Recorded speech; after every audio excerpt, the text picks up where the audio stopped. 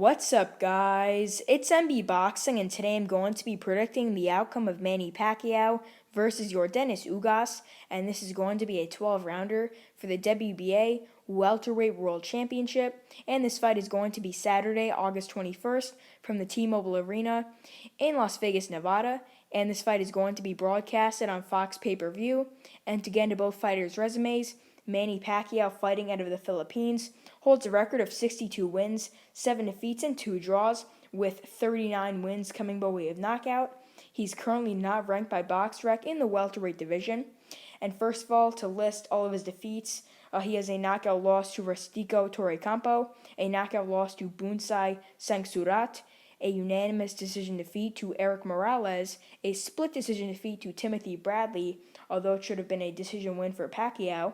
He also has a knockout loss to Juan Manuel Marquez in the fourth fight, a unanimous decision defeat to Floyd Mayweather, and a unanimous decision defeat to Jeff Horn, although it should have been a victory for Pacquiao.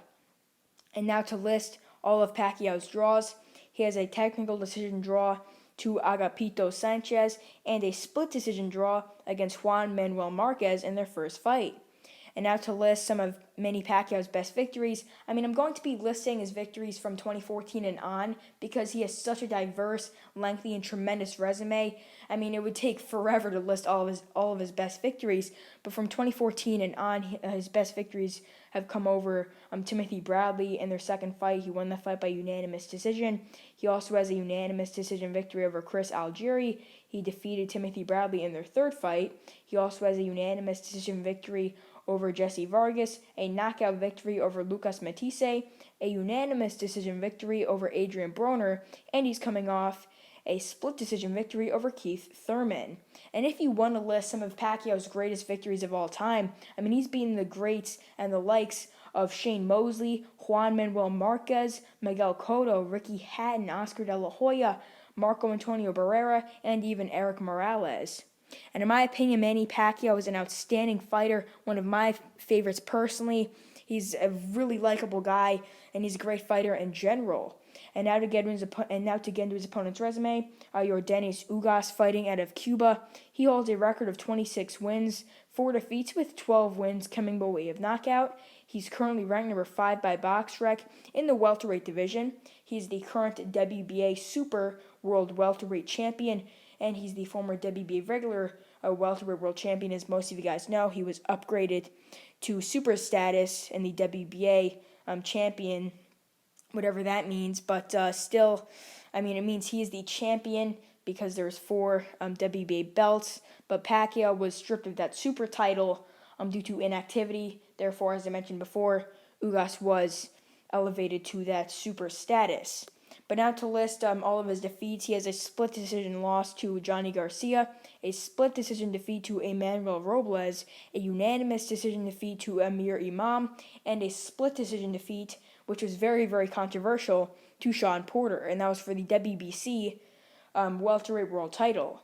And to list his best victories, he has a unanimous decision victory over current WBA regular welterweight world champion Jamal James, a knockout victory over Brian Perella, a unanimous decision win over Thomas Delorme, a knockout victory over Ray Robinson, a unanimous decision victory over Omar Figueroa Jr., a knockout victory over Mike Dallas Jr., and he's coming off a split decision victory over Abel Ramos, and that was for the vacant WBA regular welterweight world title. And I think that fight should have been a unanimous decision victory because I thought it was a comfortable win for Ugas. I thought he controlled the pace of the fight, and I thought he won like 9-3 or even 10-2. I don't know what that judge was watching who scored it at 117-111 in favor of Ramos.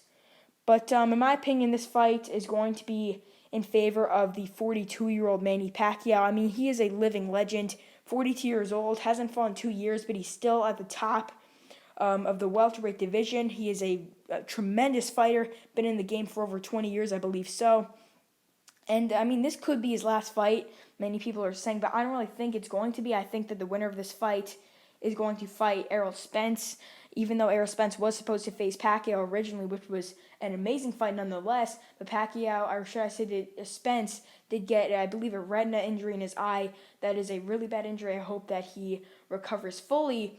But I do want to see him face Pacquiao if he does come out on top against Ugas, or I would even want to see Ugas face Spence if he beats Pacquiao here. I mean, this is actually a winnable fight for Ugas. I'm not counting Ugas out because he's got 4 losses or anything like that. Ugas is still a tremendous fighter and a top dog at 147. I believe, in my opinion, he's ranked like top 10, top 8, somewhere around there. BoxRec has him in the top 5. He is a great fighter, and I could see him beating many other guys in this weight class. I mean, many people actually thought he beat Sean Porter as well.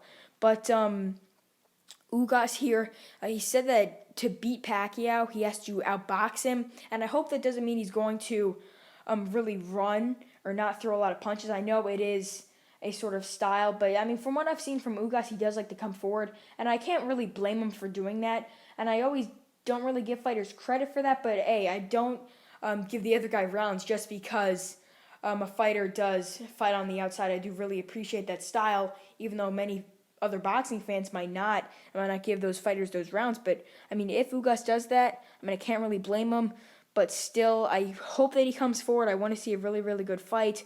But yeah, I mean, it was supposed to be Errol Spence, as I mentioned before. That would have been a better fight. But Ugas is still a great replacement. I mean, he's a world-class fighter, as I mentioned many times before. World champion, ranked in the top 5 by BoxRec, in my opinion, top 10, top 8, maybe even top 6. But yeah, I mean, Ugas, still a good fighter. Even if he loses to Pacquiao, I mean, his record would not look too good at all. I mean, right now his record doesn't even look great, but still, he's a very, very skillful and tremendous fighter. And how I see this fight going down, I mean, I see Pacquiao starting out fairly strong. I mean, I could even see him scoring a knockdown here. I mean, Ugas has been down a couple times in his career, and I've seen that against Thomas Delorme, against Sean Porter. He's been hit a couple times, but Pacquiao does start out very, very strong, like against Keith Thurman even at the last couple seconds of the round. I believe it was like the last 10 seconds. He landed a flush combination that just caught Keith Thurman cold and just knocked him down as a flash knockdown right on the chin. And he did get right back up. It's a 10-8 round for Pacquiao. And I could definitely see him scoring the knockdown, as I mentioned before, early on, like in the first 3 rounds. And I'm not going to count out Pacquiao just because he's 42 years old and has had a just over a 2-year layoff. He's still an outstanding fighter, and I see him defeating Ugas actually on points.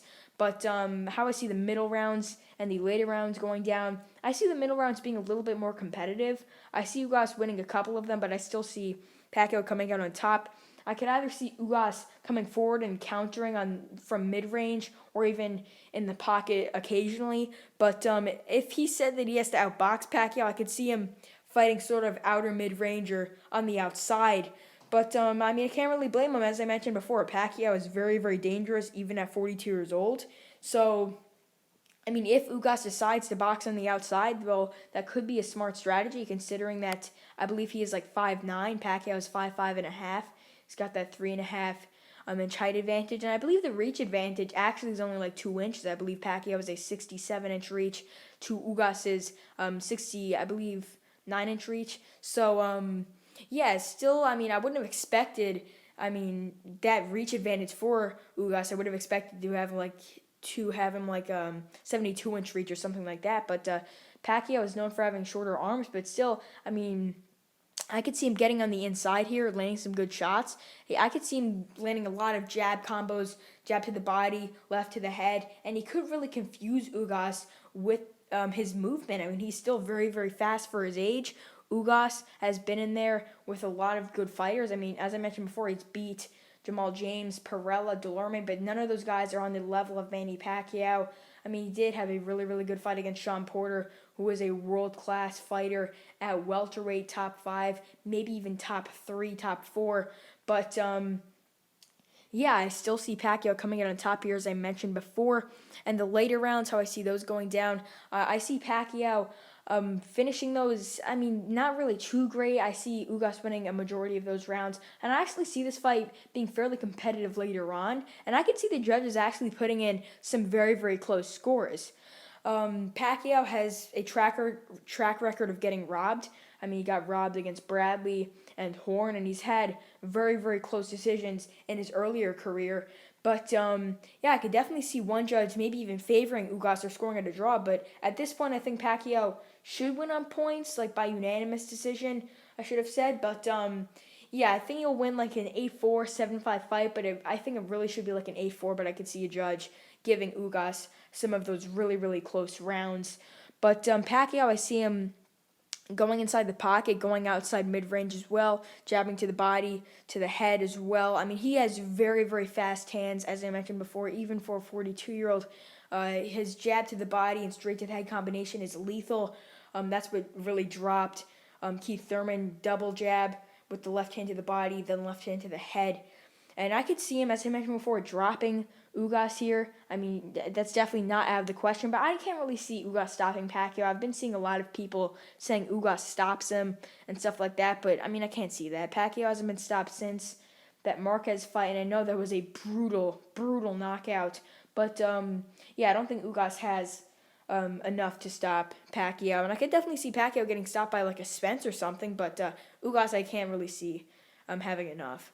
But yeah, as I mentioned before, I see Manny Pacquiao winning this fight on points, a unanimous decision victory it should be, but I could see one judge giving the swing round in favor of Ugas and making it like a really, really weird scorecard, like a 7-5 in favor of Ugas, even though I think Pacquiao should win this fight like 8-4, maybe 7-5, if a little bit generous too.